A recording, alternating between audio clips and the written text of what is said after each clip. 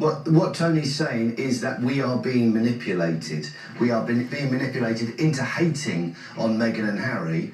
Is that the case, or are we being manipulated into watching this content instead on Netflix? The way the media works, and I've worked in newspapers for a long time, the way the media works is you give what people want. You won't sell newspapers, you won't sell a TV programme unless you deliver what the public demand is there for. That is true. I've worked in newspaper for a long time, that is true. If you don't put on the front page of your newspaper what sells, you're not going to have a newspaper for much longer. So the fact that the royals are on page one of a newspaper, whether it is Harry and Meghan, whether it was Charles and Diana back in the day, it's because they sell. It's because the public are interested. Well, why does a newspaper, though, have to adopt a stance? Why does it have to be either pro-royals or pro-Harry and Meghan? Why can't it represent both points of view? Because, as you know as well as I do, you have to have an opinion. For Marvin and I to sit here and go, well, actually, I agree, that's a great thing. Well, that's not a show. That's not a show. Yeah, but that's not a show.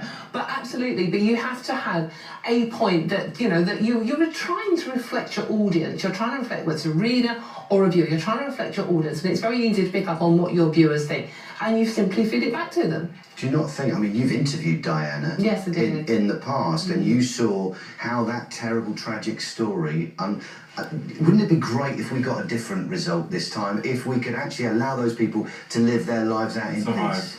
Well, they should maybe then stop telling their story, like with the Oprah Winfrey interview, maybe stop telling. They're the ones monetising their experience. They started doing that. Well, so they didn't have to do that. So it is really important that they find a way to live. They're actually doing it by creating content, not constantly selling titillating stories. The actual extended royal family that have come from Prince Andrew and the other, the Fergusons and whoever's, those people have had to try and find a way to maintain themselves. Spare was full of sensational facts, Mark.